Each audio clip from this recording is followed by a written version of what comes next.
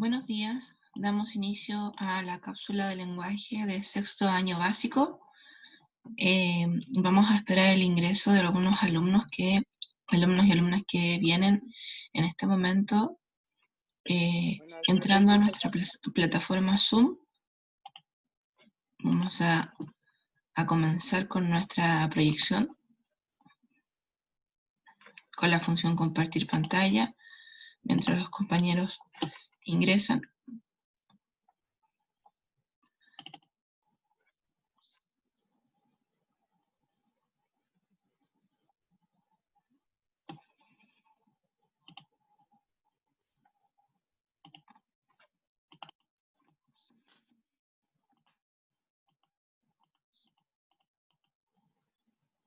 Vamos a ir a nuestra cápsula número 6, ¿ya? En la cual vamos a trabajar con el objetivo de repasar las figuras literarias y revisar el cuaderno caligráfico, las actividades que fueron solicitadas la semana pasada.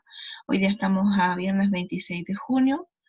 Vamos a inicialmente comentar que vamos a ver un video ya relacionado con las figuras literarias, pero antes vamos a mencionar ¿qué son las figuras literarias? Recuerden que las figuras literarias están presentes dentro del portafolio 5 y que ya en una de las primeras clases que tuvimos por Zoom trabajamos con los videos que se utilizaban para hacer el portafolio. En la clase de hoy día lo que vamos a hacer es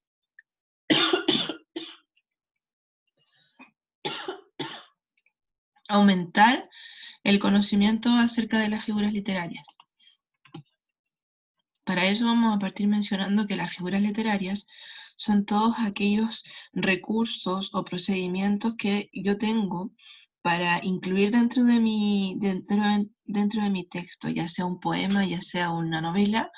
Las figuras literarias están en distintos géneros literarios y, bueno, por sobre todo la puedo encontrar en los poemas, ¿ya? Y como dice acá, son todos aquellos procedimientos del lenguaje que se vale un autor para hacer más expresiva su obra, es decir, son recursos que le sirven al autor para poder embellecer su mensaje.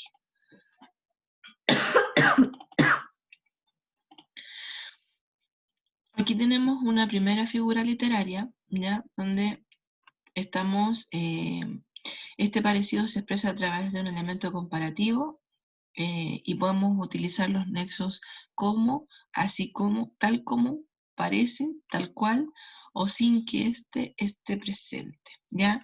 Aquí tenemos la comparación. Esta es la figura literaria que estamos trabajando inicialmente, ¿ya? Sus pies son como dos reglas. En este recurso literario consiste en destacar y establecer semejanzas entre elementos como pueden ser personas, animales, objetos, etc. Ya estamos comparando entonces los pies con unas reglas. En la comparación podemos ver también, aquí tenemos unos ejemplos, ¿ya? Nubes vaporosas, nubes como tul, ¿ya? Aquí tenemos la mujer y las flores son parecidas, mucha gala a los ojos y el tacto a las espinas, ¿ya? Y aquí tenemos un ejemplo en publicidad, por ejemplo, donde se realiza cierta comparación. Por otra parte tenemos la personificación, donde se atribuye características humanas a seres que no lo son, ¿ya? Como aquí una flor sonriendo. La flor no sonríe, como eso es una característica propia humana, ¿ya? La sombra se veía venir corriendo a prisa, ya por la falda espesa del altísimo monte. La sombra no tiene la capacidad de correr, ¿ya? Por lo tanto, es ahí donde tenemos que ir reconociendo a qué es lo que se le está dando una cualidad humana. Por otra parte tenemos la aliteración, ya donde se repite o se combinan varios sonidos a lo largo de una misma frase. El objetivo de la aliteración es conseguir un efecto de sonido. Ya, por ejemplo, cuando yo digo el ruido con que rueda la ronca tempestad, ya se oyen los claros clarines, o el que iba a decir inicialmente el ronco ruido que rueda, ya que no está ahí en el ejemplo, pero que a mí siempre me sirve para poder dar a conocer y a entender la aliteración.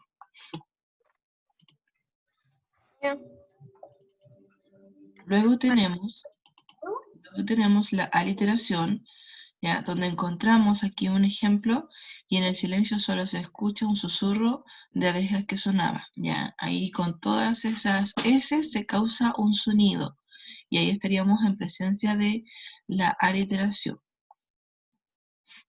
También tenemos la metáfora, que consiste en la sustitución de una palabra por otra, ¿ya? Estableciendo una relación de semejanza entre los significados. ¿Ya? Esta semejanza es posible porque los dos términos comparten un rasgo semántico común. ¿Ya? Lo que en la comparación es semejanza, en la metáfora sería identidad. Les había mencionado que nosotros teníamos muchas figuras literarias, ¿ya? Y que estamos viendo solo algunas, ¿ya? Aquí, por ejemplo, podemos reconocer la literación, la onomatopeya, la anáfora, la sinestesia y la personificación, ¿ya? La literación es la reiteración de sonidos semejantes, luego tenemos el ejemplo, ¿ya? Que, bueno, y vuelvo a insistir, predomina acá el sonido que se causa al decir o al leer las palabras, ¿ya?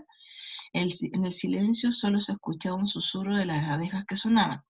En la onomatopeya nosotros estamos imitando o estamos dándole palabras a un sonido, ¿ya? Signo que imita un sonido natural. Anáfora, reiteración de una palabra o más, ¿ya? Sinestesia, atribución de una sensación a un sentido que no le corresponde. Tenemos el ejemplo acá, salve al celeste sol sonoro, ¿ya? Personificación, se atribuyen cualidades humanas a seres que no lo son. Abro la puerta en otra tierra y pasa la niebla con sus dedos repentinos, ¿ya? La niebla no tiene dedos, así que sería imposible poder eh, ver eso, ¿ya? Por otro lado, tenemos otras figuras literarias, ¿ya? Como por ejemplo la metáfora, la comparación, la hipérbole, la antítesis y pleonasmo. Puede que haya alguna de estas figuras literarias que usted no reconozca, ¿ya? Y eso puede pasar, porque son muchas las figuras literarias que ya en sexto básico empezamos a reconocer. Ustedes generalmente están acostumbrados a trabajar con la metáfora, con la comparación, con la personificación, que son las más conocidas y las que se pasan inicialmente, ¿ya? Pero aquí empezamos a agregar, por ejemplo, la hipérbole, donde tenemos una visión que exagera la realidad, amplificándola o disminuyéndola. Y en el ejemplo tenemos, eres un hombre a una nariz pegada. Ya, tenemos la antítesis, que es la contraposición de ideas dentro de un determinado verso, ¿ya? Y tenemos el ejemplo, vivir sin vivir en mí, y de tal manera espero que muero porque no muero. ¿Ya? Ahí hay una contraposición de ideas en realidad en lo que acabamos de leer. Y también tenemos el pleonasmo, donde hay un uso o repetición de palabras innecesarias. Temprano madrugó la madrugada. Ahí estaríamos claramente diciendo que está ya temprano. No es necesario hablar de madrugada y madrugó, ¿ya? Bueno, vamos a ir a nuestro video para compartir, que tiene que ver con las figuras literarias, ¿ya? Y que está mencionado también dentro del portafolio. Para aquellos que todavía no empiezan a trabajar el portafolio 5, recuerden que hay plazo hasta el 3 de julio para poder entregarlo. Estamos en la función compartir video y ahora nos vamos a las figuras literarias.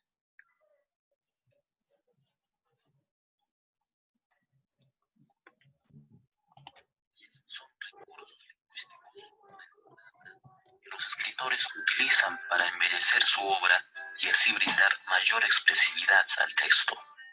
Se clasifican en dos grupos, las de forma o dicción y las de significado o pensamiento. En las de dicción variamos la forma externa del lenguaje, es decir, la manera en que están distribuidas las palabras.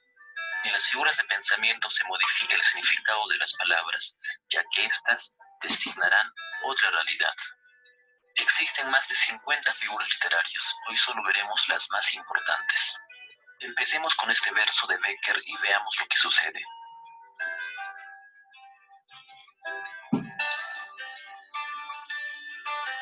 El texto original no tenía un orden lógico como en la oración de abajo. Este cambio de orden se llama hiperbatón.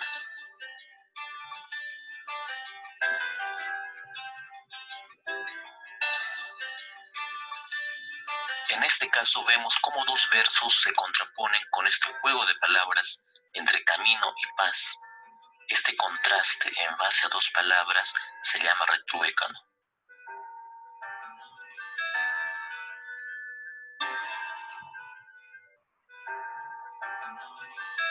La aliteración es la repetición de un sonido varias veces.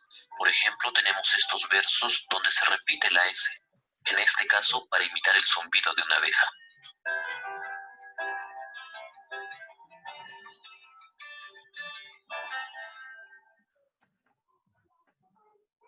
Llamamos metáfora a la repetición de una o más palabras al principio de una frase o verso. En estos versos podemos notar la repetición de la palabra mientras. En este otro caso observamos dos anáforas, una de la palabra temprano y otra de las palabras no perdono a.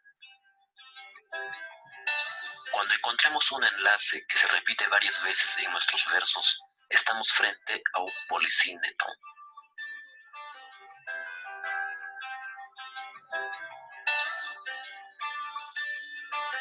En estos versos, Juan Ramón Jiménez hace uso de un polisíndeto con la conjunción y.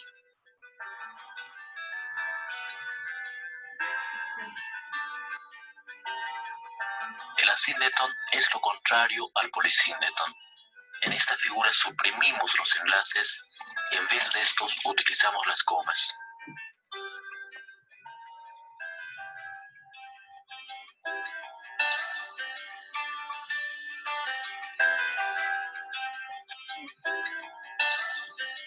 Pasemos a las figuras de significado. La hipérbole es la exageración de un hecho. En este verso de García Lorca se exagera el dolor.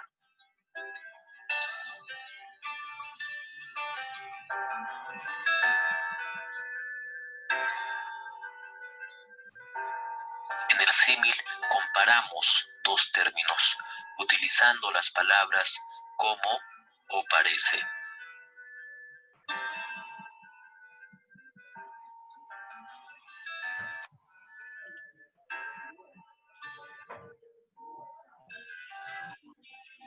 La personificación es simplemente tomar a los objetos como si se tratara de personas. En estos ejemplos nombramos a la luna como si se tratara de una persona triste, o los vientos con un carácter enfurecido.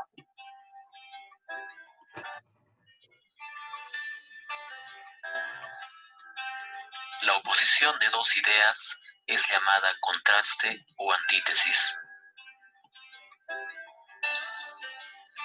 Neruda opone en estos versos al amor y el olvido.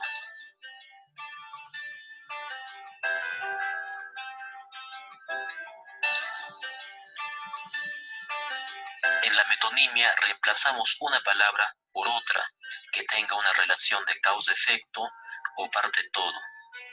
En este ejemplo hemos reemplazado a una persona por el instrumento que lo caracteriza. En este otro ejemplo se ha reemplazado una obra por el nombre del autor. El epíteto es complementar un sustantivo con un adjetivo que usualmente es sobreentendido, como cuando decimos noche oscura, nieve blanca o cielo azul. También encontramos epítetos para caracterizar algo, como en el caso de la Ilíada, al nombrar a Aquiles como el de los pies ligeros. La metáfora es cuando una palabra se expresa por medio de otra con la que guarda cierta relación de semejanza. Tenemos dos formas de cómo se presentan las metáforas, mediante el reemplazo y mediante la comparación de palabras unidas por el verbo ser. En este primer ejemplo, reemplazamos la palabra dientes por perlas, ya que guardan cierta semejanza. En este otro caso, utilizamos el verbo ser para mostrar la semejanza de la vida con los ríos. Veamos estos dos otros ejemplos.